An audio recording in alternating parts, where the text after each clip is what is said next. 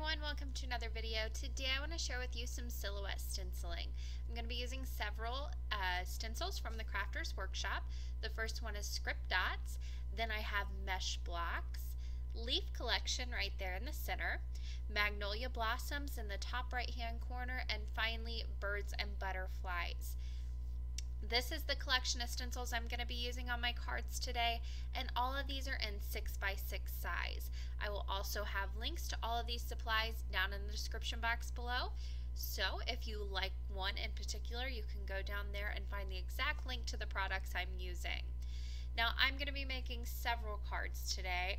I have about 5, so I'm going to go ahead and get started by first using some painter's tape to start taping off all of my card bases. The great thing about today's cards is all of them are 1-layer cards, so they'll go through the mail very easily. They're nice and flat, they don't require extra postage, and you're not using a whole lot of paper too.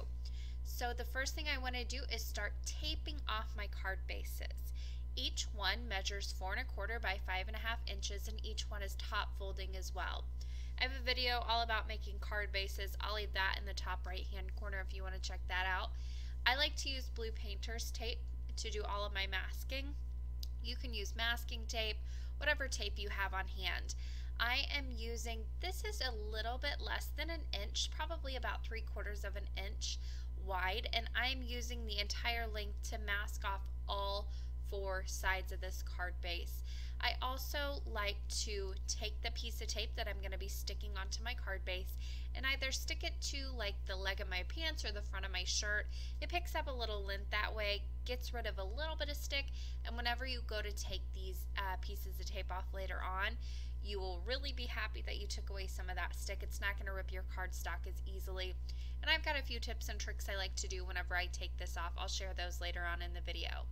So there is my first card base all taped off, and I'm going to do quite a few of these off camera just because a lot of it is the same thing.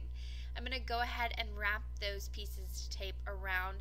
That way I can move these around. The majority of the time I like to leave them taped to my surface, but for today, doing so many cards, I'm going to go ahead and wrap those pieces of tape around so I can move them around. My next card base is an A2 top folding card base, exact same size. It's made from white cardstock. I'm going to do the masking a little bit different on this one. I'm going to take it over to the left hand side of the card and mask off 2 rows of painter's tape. I like to use the edge of the card base as like my straight line. If you're masking off in say the middle of your card or something, you can always use a T-square ruler. This really is one of those techniques you can customize to do whichever way you want to do it. My next card, I wanted to create a square in the middle, so I'm starting off with actually some post-it notes to hold that square right in the center of my card where I want my masked off area to be. I'll go ahead and leave that in position, and then around that I'm going to be placing my painter's tape so I can mask off a perfect square in the center of my card. This is the easiest way I found to do it.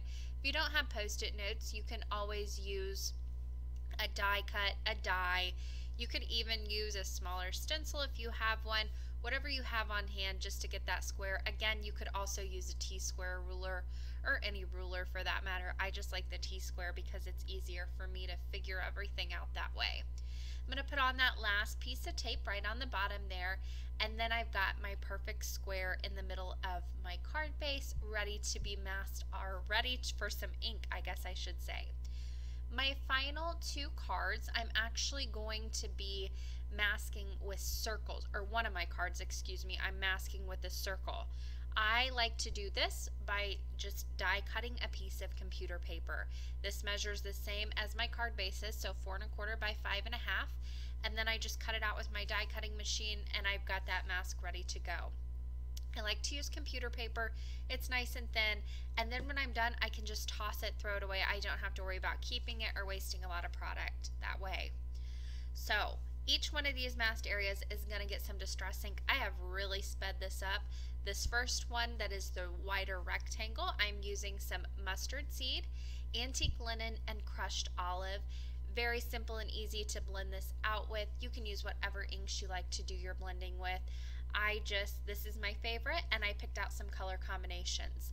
I get my color combinations from my Pinterest board. I will leave that link down in the bottom as well. I have a whole board on color combinations because I am not good at coming up with them on my own. I'm horrible at it, actually. So I just look over there, pick out some inks that match the color I see on my phone screen, and then I go and do some blending. It's that easy.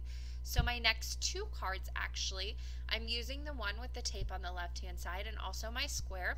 I've got some abandoned coral, worn lipstick, and also some dusty concord, so that nice purple I'm using there.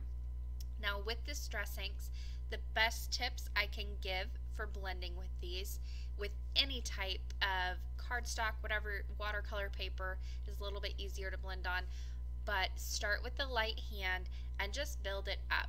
Also, you can tap off, that really helps, and I like the mini blending tools better than the regular sized one. Less surface area and less harsh corners for me to really go in and make those mistakes. I also am constantly switching back and forth between two colors at any one time. That way I get a nice gradient blend that way. So just a few little tips and tricks I like to do. There is that first one all ready to go. And then my second one I did the exact same way. You can see the finished product right here. Use the same colors, abandoned coral, worn lipstick, and a little dusty concord right in the center.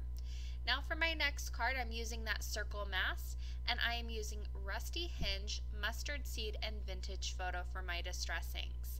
I like to tape my mask down with the painter's tape. Again, I just place the stencil, or not the stencil, it's a mask, where I want it, and then I just take some painter's tape, wrap it around, and that'll hold that in place until I'm ready to remove it. Again, I'm going back and forth between two colors at any one time, and just really having fun with these distress inks, switching up my colors quite often, and just doing some fun blending and different color combinations that I've wanted to try for a while now. So this was a good practice at my blending, I guess you could say. This was super quick and easy to do. You just want to make sure that you really get those edges of the circle so it's nice and defined. Finally, I have this last card that I'm going to be doing here. This was kind of a afterward thought, so I did some quick masking, two little strips on the bottom and the top to make a wide rectangle, and then I did one straight line of green along the bottom there. Then I took some painter's tape, I masked that off completely, and I'll switch back and forth between some Rusty Hinge and some Mustard Seed to create a little bit of an autumn look here for this card. Now for each one of these, I wanted, or I guess a few of these, not each one, I wanted to add a little bit of a shadow stencil to these. I guess you could call it a ghosting technique. So I did this a few different ways, and I found the one I like best. This first one is not my favorite. It doesn't pull up a whole lot of ink. So I laid the stencil down, that's the mesh block stencil. I sprayed some water through it, let it sit for just a few seconds, and then dabbed up that water. This did not pull up enough for me. It's a nice subtle technique, so if that's what you're going for, that is the technique you want to use for it. I also hit it with my heat tool. It still was not enough for me. So the next thing I'm going to try is putting this stencil down right here. This is the Script Dot stencil, and I am using a wet paper towel to pull up ink from underneath that stencil. Now this does not give you a perfect look, so if you're looking for that distress look, this is the technique you want to use for that. Finally, I use that same Script Dot stencil, 6x6 one. I sprayed very liberally with water and then blotted up with a paper towel very quickly so it didn't run underneath. Now this is more of a messy technique, but it gives me the results that I'm wanting. I've got that nice white space. It really pulls up that ink, so I actually came back to my yellow and green one and did the exact same technique.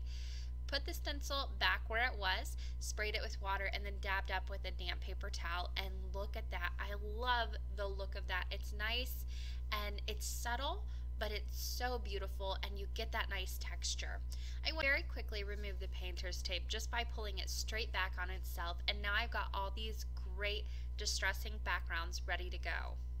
So for this Silhouette Stenciling Technique, I'm going to be using a few different products. I've got the heavy body acrylic paint from Crafter's Workshop in black licorice. Then I've got the black bottling paste and the shimmery goodness, which I'll use a little bit later on. I'm going to start off with the acrylic paint though. The first card I'm doing is that rectangle with the crushed olive and the mustard seed background that I did the mesh block stenciling on.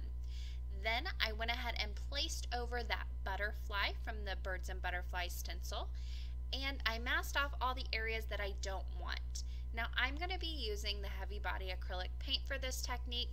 I found that this gives me the opacity that I want. If I do this with ink, it's going to be a little bit, the ink will be more translucent. You'll see through it. And I actually have a little bit of a comparison for you. I'm also using just a regular makeup sponge to very quickly sponge this on. Here's that comparison I wanted to show you. You can see with my stamped sentiments there that I just have that little bit of translucentness where you can see through and still see where those lines are that I masked off. But if you look to the left where I've actually have the acrylic paint, it's nice and opaque. You can't see through it. That's why I chose to use the acrylic paint. It gives me a much richer black color and you can't see through it. There's no seeing through this. That's why I chose this. Now, the first thing I want to do is get a little bit on my makeup sponge. I did this a few different ways. This first one, I've got a little bit more paint on my sponge, and I'm being a little bit more, not messy, but I'm not taking care to really get into those crevices or wipe up the extra paint here. So I am going in with a little bit more paint on my sponge and quickly sponging this on. This is going to give you a little bit more of an artistic look, not quite as crisp lines, but I'll show you how to do that in just a moment. Now at this point, there was quite a bit of paint on the stencil, so I'm just taking it, moving it around, really making sure that I get it into the main parts of the stencil. Then I can go ahead and start lifting this off. I went ahead too and made sure that I had masked all the areas around this that I could possibly get paint through, just to keep it nice and clean everywhere else. When I pull that off, I've got this great butterfly. It's not as crisp as I'll make these next two. However, it's a beautiful technique. The next one, I'm actually going to add some of that shimmery goodness to my acrylic paint.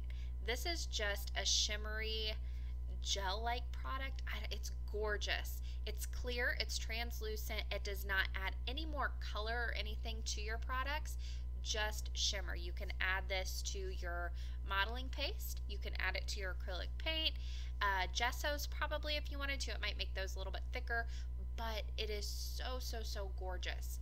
So I added that into the black acrylic paint. I'm picking that up with another paint sponge. This time I'm going in with less paint. You can tell just by, as I'm stamping this through the stencil, you can see that it's not leaving as much on the stencil. So I'm actually using the product that is left over and I keep picking that back up with my sponge and tapping it through the stencil. Also, when I dip into the paint, I'm really making sure that I tap off all of that extra. The stencil I'm using on this card is the Magnolia Blossoms. I'm using that larger one and I've put it in the bottom left-hand corner of that square distressed panel that I use the purples and the pinks on. I'm really making sure that I go into those tight little corners on this one, really pressing through, but I don't want to do too much paint at any one time because that will seep underneath your stencil and give you that more artistic look. So if that's what you're going for, by all means do that, but this one I wanted to keep the nice, crisp, clean lines. Sorry, there went my charger behind the desk, but anyway, I'll go ahead and peel this off, and now I have this gorgeous Magnolia Blossom right in the left-hand corner, nice and opaque, still nice and black, but it's got that little bit of shimmer to it that is just so gorgeous. There's a closer look at comparing the two. You can see you've got that shimmer on the left-hand side. I also want to throw in a picture of it because it's just so gorgeous. You can add as much or as little of this too as you want. I added just a little bit to these.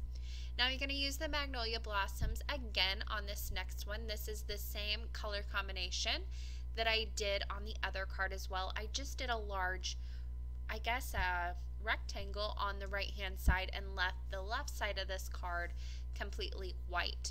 So I want to place that stencil just kind of in the middle where that line meets the white and the color.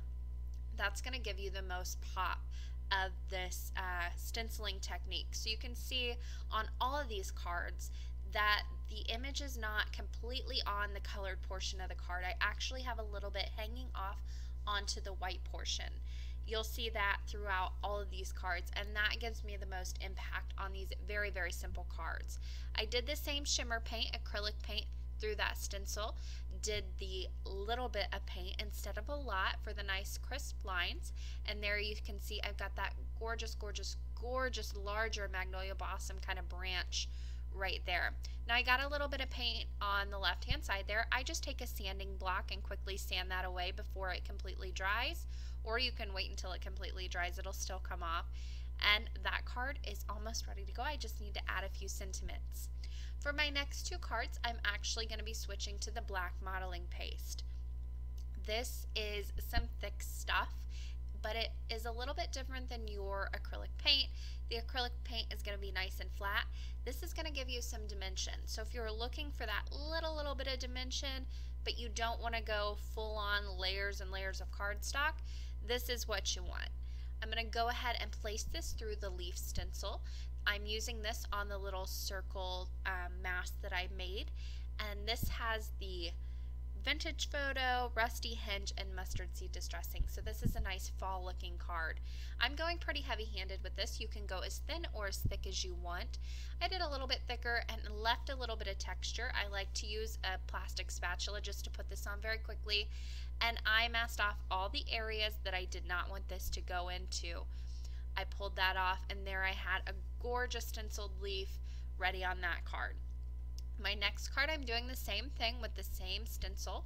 You could take a little bit of this modeling paste out and mix in some of that shimmery goodness as well and make a nice shimmery leaf, but I wanted to keep these a little bit more masculine and a little bit more plain because these will actually be sympathy cards. Not fun to make and not fun to send, but you do need them.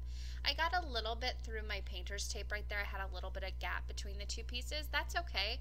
I just found it's easier to leave it alone. Go with that mistake. Don't try and wipe it up.